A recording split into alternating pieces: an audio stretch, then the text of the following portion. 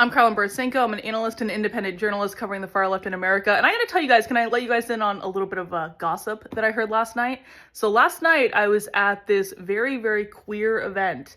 And I was sat next to a very gay man who is a beautiful man, but he's very gay. And we started talking about, what I do and all that stuff. And I said, I research queer Marxism. And so then he started rattling off all of this queer stuff. And so I was like, this is not just your average gay man. This is like a queer Marxist gay man that I'm sitting next to. And so then we started getting into conversation and he started telling me about what he believes and how much he hates Nancy Pelosi and how much he would never go to the No Kings protest because he doesn't want to protest next to Nancy Pelosi and all these sellout Democrats and how much he hates the Democrats and all this stuff, which is exactly what we hear on the far left all the time. They will never partner with the Democrats. They think the Democrats are just as bad as the Republicans, etc.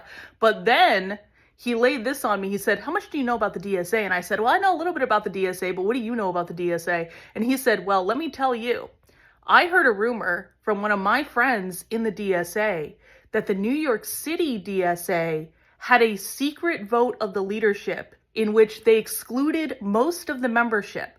And in that secret vote, they decided that no one in the NYC DSA is allowed to publicly criticize Zohran Mamdani.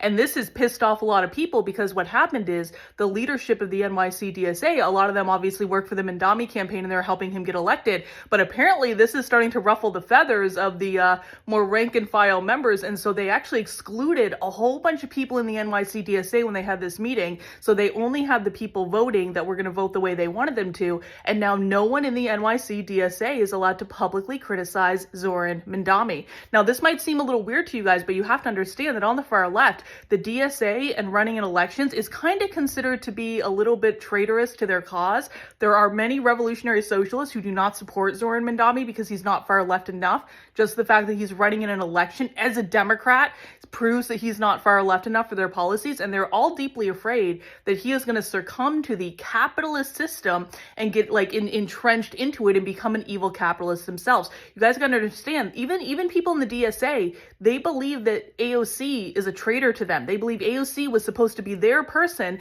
and as soon as she got elected to office, she kind of became a traitor and then joined the Democrats, which is one of their sworn enemies. So I don't know. I don't think this means that Zohran Mamdani is not going to win the mayor's race in New York City. I think he's absolutely going to win the mayor's race in New York City. Nothing has changed in that regard. But it is interesting that there is this little infighting in the NYC DSA between the more radical revolutionary people in the organization and the people who want a job when Zohran Mamdani gets elected mayor. If you want to follow along with my work, you can head over to Substack, Karlyn, Karlyn.substack.com, and I'll see you later.